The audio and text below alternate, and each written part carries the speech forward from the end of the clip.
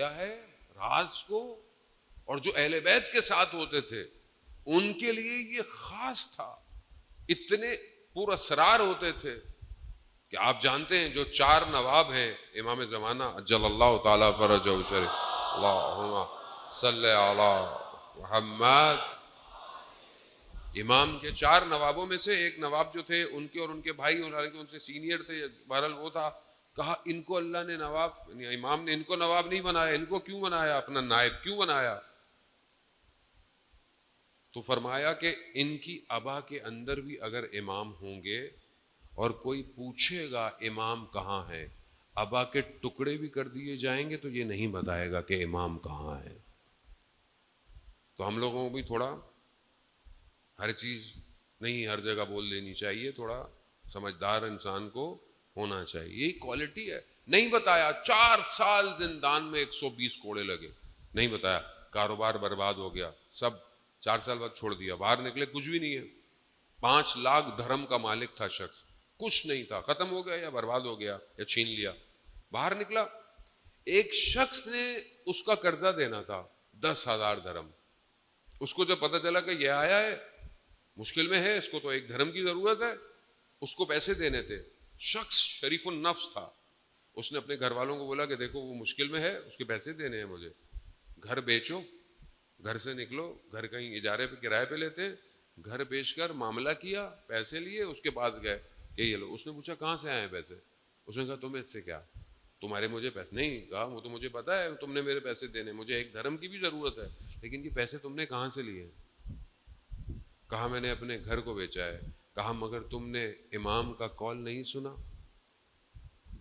کہ جتنا بھی کوئی شخص تمہارا مقروض ہو کبھی اسے اس کا گھر سے خالی مت کرنا، روایت ہے، یہ معاشرہ ایسے ہی بنتا ہے، اگر آپ کا کوئی مقروض ہے، آپ کو کسی نے دینا اور بیچارے کے پاس کچھ نہیں ہے، بینک کرپٹ ہو گیا، حادثہ ہو، کچھ وہ گھر ہے، آپ یہ نہیں کہیں گھر بیچ کے دو، اسلام منع کرتا ہے۔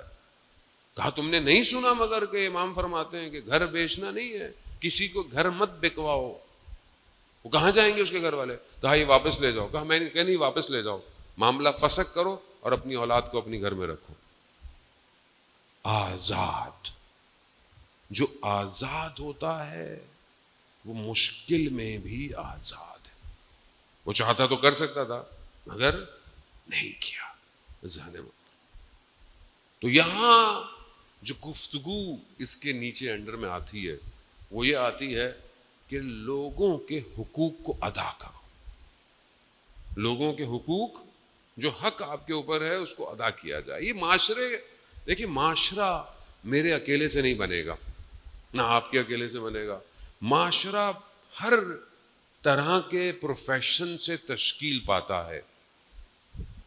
اب آپ اللہ تعالیٰ سب ایک جیسے ہوتے تو مثلاً ابھی یہاں پہ کتنے لوگ الگ الگ بیٹھے ہوئے ہیں، مثلا جو مجلس قائم کر رہے ہیں کتنے الگ لوگ ہیں، کوئی سیکیورٹی کر رہا ہے، کوئی اسکاؤٹ دیکھ رہا ہے، کوئی ساؤنڈ سسٹم پہ بیٹھا ہوا ہے، کوئی ویڈیو بنا رہا ہے، کوئی لائیو کر رہا ہے، 100 کام ہے نا، کسی کا کام ہے فرش اعضاء کو بہتر کرنا، اگر سارے مولوی ہوتے تو سنتا کون؟ ہر کسی کی الگ ڈیوٹی ہے نا۔ معاشرہ ایسی، جب معاشرہ مختلف لوگوں سے تشکیل پاتا ہے تو پھر ایک دوسرے کے حقوق بن جاتے ہیں، میرا آپ کے اوپر کیا حق ہے، آپ کا میرے اوپر کیا حق ہے۔ اس کی بہترین کتاب کون سی ہے؟ ایک ہمارے پاس ایک اوریجنل ٹیکسٹ ہے، اوریجنل میں اس لیے بار بار بولتا ہوں کہ جو قالا معصوم یعنی قالا امام ہے، کسی نے رائٹر نے نہیں لکھی، اوریجنل ٹیکسٹ ہے حقوق کے اوپر۔ کیا ہے وہ؟ آپ دیکھیں نا معاشرے میں رہتے ہیں، یقیناً آپ لوگوں کو پتا ہوگا لیکن میں بچوں کے لیے بیان کر رہا ہوں، بچوں کے لیے کہ تاکہ ان کو پتا چلے، معاشرے میں ایک دوسرے کے حقوق ہیں، اور اگر ہم نے اپنی زندگی میں یہ ٹیکسٹ نہیں پڑھا، یہ کتاب نہیں پڑھی، تو پھر ہم معاشرے میں حقوق کیسے ادا کریں گے؟ مجھے بتائیں آپ۔ پھر آپ بولتے ہیں امام زمانہ کا ظہور ہو جائے، امام زمانہ کا کیسے ظہور ہوگا؟ آپ کو حقوق ہی نہیں پتہ ایک دوسرے کے، حقوق ادا کرنے ہیں زن محترم، ہر شخص کو حقوق ادا کرنے۔ اوریجنل ٹیکسٹ کون سا ہے؟ امام زین العابدین علیہ الصلوۃ والسلام، صلی علی محمد امام نے رسالہ حقوق لکھا ہے. کیا نام ہے؟ رسالہ.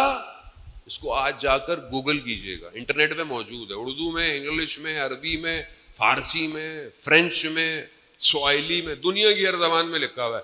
چھوٹا سا کتاب ہے، تشریح نہیں کہہ رہا، تشریح ابھی ہم انشاءاللہ اردو کے اندر ترجمہ کر رہے ہیں 400 صفحے کی. انشاءاللہ بہت جلد جو ہے وہ ہمارے دوست موجود بھی ہوں گے یقیناً مجلس میں، پروفیسر ثقلین زیدی صاحب، انشاءاللہ اللہ ان کی توفیقات میں اضافہ فرمائے.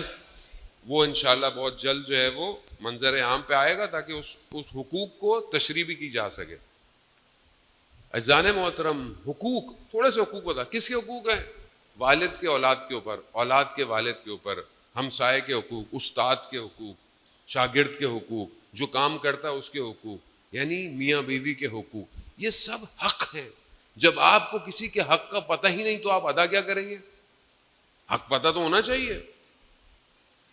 والد کا حق کیا ہے؟ یہ میں بہت پڑھتا رہتا ہوں. والد کا حق کیا ہے؟ کہ جب وہ کمرے میں داخل ہو تو آپ کھڑے ہو جاؤ. یہ آپ کے والد کا آپ کے اوپر حق ہے. امام فرما رہے ہیں اپنے والد کو نام سے مت پکارو، اپنے والد کو انگلی کا اشارہ مت کرو، اپنے والد کے آگے مت چلو. یہ معصوم نے تعلیم فرمائے ہیں. اور اس طرح پورا معاشرہ ڈیزائن ہوتا ہے. اگر ہم ہر کوئی اپنا حق ادا کر لے، کبھی بھی کسی کا حق ضائع نہیں ہوگا معاشرے کے اندر. لیکن کیونکہ ہمارے ہاں پڑھا ہی نہیں جاتا، پڑھتے ہی نہیں ہیں، تو ہم کیسے لوگوں کا. اور اس سے بڑھ کر اللہ جسے کوئی پوسٹ دے دے، کوئی ڈیوٹی دے دے، اس کے حقوق پھر لوگوں کے اوپر کیا ہے.